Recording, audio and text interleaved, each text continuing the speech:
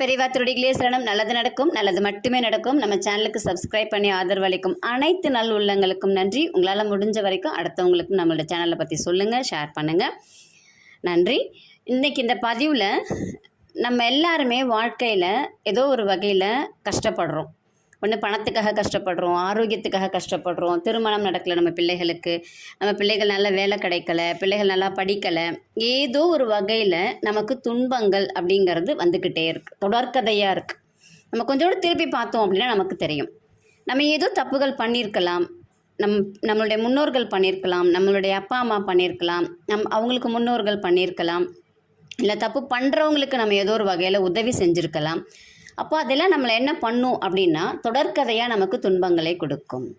அப்போ இது எல்லாத்துக்கும் நம்ம என்ன பண்ணுவோம், நம்ம என்ன செய்வோம்னா ஜோசியக்கார்ட்ட போய் கேட்போம், நம்ம இதுக்குரிய பரிகாரங்கள் இருக்கா அப்படின்னு கேட்போம். அவங்க நிறைய பெருசாக சொல்லுவாங்க. நான் என்கிட்ட பார்க்குறவங்களுக்கு நான் அந்த மாதிரி ரொம்ப பெருசாலாம் சொல்ல மாட்டேன், பார்த்தவங்களுக்கு தெரியும்.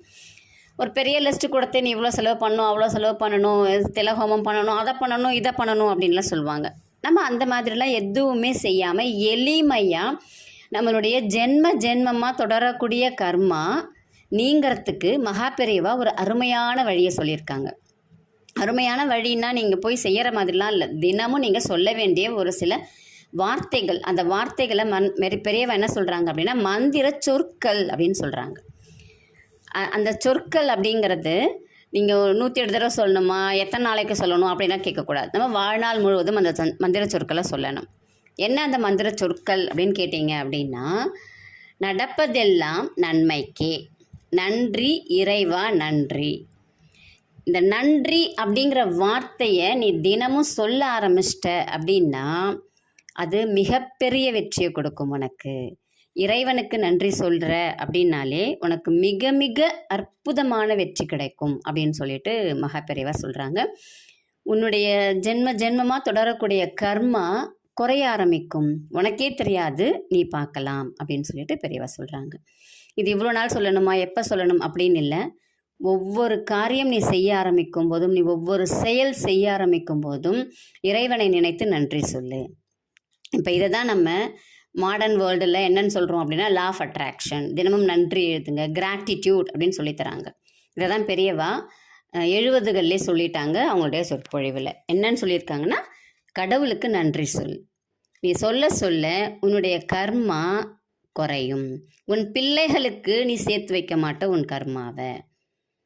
உன்னுடைய கர்மா உன்னோடைய முடிஞ்சிரும். நீயும் நல்ல வளமாக செழிப்பாக வாழ்வதற்குரிய வழி உனக்கு கிடைக்கும் அப்படின்னு சொல்லிட்டு சொல்கிறாங்க. திரும்பவும் அந்த வார்த்தையை சொல்லிடுறேன். நடப்பதெல்லாம் நன்மைக்கே, நன்றி இறைவா நன்றி.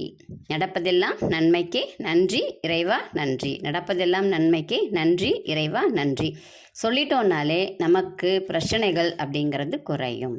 ரொம்ப எளிமையான வழி. ஒவ்வொரு செயல் செய்யும் போதும் சொல்லிட்டு செய்யுங்க, நல்லதாகவே நடக்கும்.